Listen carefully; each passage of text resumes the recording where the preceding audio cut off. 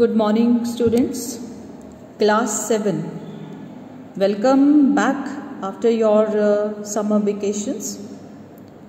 So, according to your syllabus, we have already done lesson number 1 and lesson number 2 of history and lesson number 1 of civics. So, today we are going to start with the lesson number 3, that is the Turkish invaders. So, we will study about the Arabs, we will study about the Turks, and in that we are going to discuss about the Muhammad of Ghazni, then Muhammad Ghori, and we will also study about the reasons for the success of the Turks in conquering the India. So let's start with the chapter, the Arabs. The Arabs were the first Muslim conquerors of India, you can underline. In the beginning of CE 712, Sindh was attacked by the Arabs for the first time. Muhammad bin Qasim and Umayyad Journal, which we have done in the previous chapter also, conquered the region of Sindh and Punjab. As a result of this invasion, trade and culture contacts were established with the Central Asia, and Arabs attained religious and political unity in India by spreading Islam. So Arabs, they were not able to extend their rule in India due to the presence of the strong Rajputs. And it was from 8th century onward that the northern part of India gradually weak due to the constant wars and due to some other reasons. Clear, children? The Turks. When we talk about the Turks, first of all we will talk about the time period. The period from CE 1000 to 1200, there was a lot of changes. It were these developments which led to the coming of the Turks into northern India, okay, towards the end of this period. And Muhammad of Ghazni, one of the powerful, the Turks established the two major kingdoms, that is Ghazni and Ghor. And Muhammad was the first Turkish invader who invaded India from the northern western side. He was the ruler of Ghazni, and you can imagine that during the 33 years, 17 times he attacked India. But he was not interested to rule over India. He was just interested to get the wealth. Wealth means the money. More and more money he wanted to get from India, nothing else. And what was the reason that why he wanted the money? Because he wanted a lot of money to organize a well-equipped army.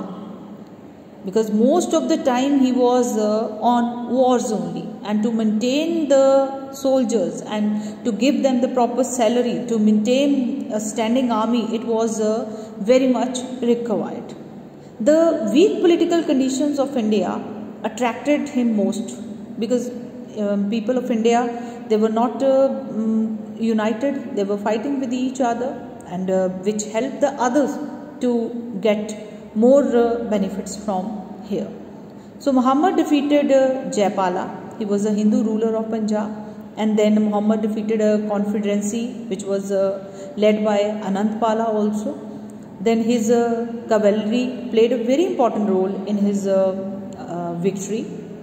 He also invaded and plundered the cities and temples, and one of the most important temple, that is the Somnath temple, he raided the Somnath temple and got immense wealth. Lot of wealth he got from here. But he never he never suffered a defeat. He annexed Punjab also. Al-Biruni, he was a scholar who spent 10 years in India, and he wrote one book, Kitab-e-Hind. You can underline. This book has description of India and its various facts, and it is one of the valuable source of information. To Muhammad of Ghazni, India was simply a vast treasure state which could be plundered to make Ghazni powerful and rich, because he wanted to get money only from here.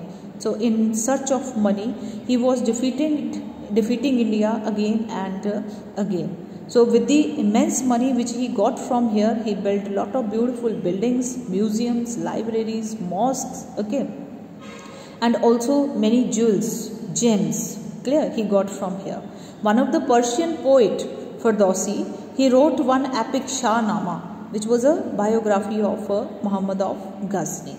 Muhammad, he died in 1030 CE, and this ended his raid and plunder of India. After him, Muhammad Ghori, he was the successor of Muhammad, and he was also involved in number of wars. You can see the picture over here. After 150 years of Muhammad invasion, Muhammad of Ghori attacked India, and at that time, his invasion, 5 Rajput rulers, they were Rathors, Solankis, Chandels, Parmars and Chauhans. Clear? Then the very important battle of Tehran, one of the most important battle, first battle of Tehran, second battle of Tehran. Okay, the first battle of Tehran, it was fought between Muhammad and Prithviraj Chauhan, a Rajput king, in which Ghori was defeated by Prithviraj Chauhan. But in the second battle of Tehran, that take place in 1192, first took place in 1191 and second 1192, in which Ghori defeated Prithviraj, and not only defeated Prithviraj, he also defeated Raja Jaichand of Kanuj. And the reason of the defeat of the Rajput rulers was this only, that they were not cooperating with each other. There are many reasons that why these Turks, they were again and again succeeded. What was the reason behind that? So because Rajput, they lacked political unity, they were fighting with each other, and their chiefs, they were jealous of each other, they were not having standing armies.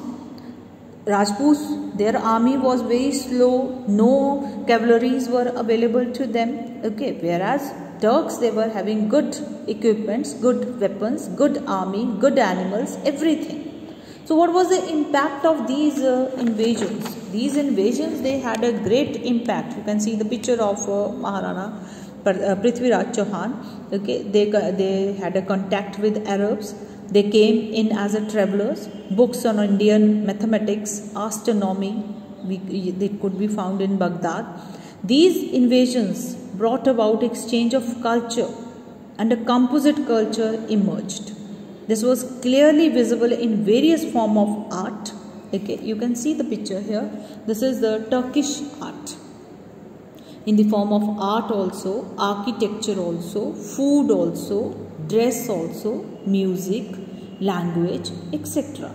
And moreover, these invasions, they opened the doors of the Indian subcontinents to migration. People from the other part of the country, slowly, they start entering India and they start settling over there. So children, this was a small chapter that how Muhammad of Ghazni and Muhammad of Ghori, they invaded India, and what was their reasons for the success. So already we have done this chapter in the class. Clear? Those who were absent, please go through this video, and the question answers and exercises we have already done, and already I have sent you in your WhatsApp also.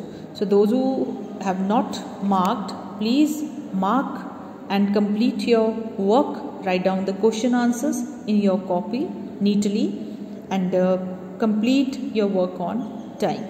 Thank you, children.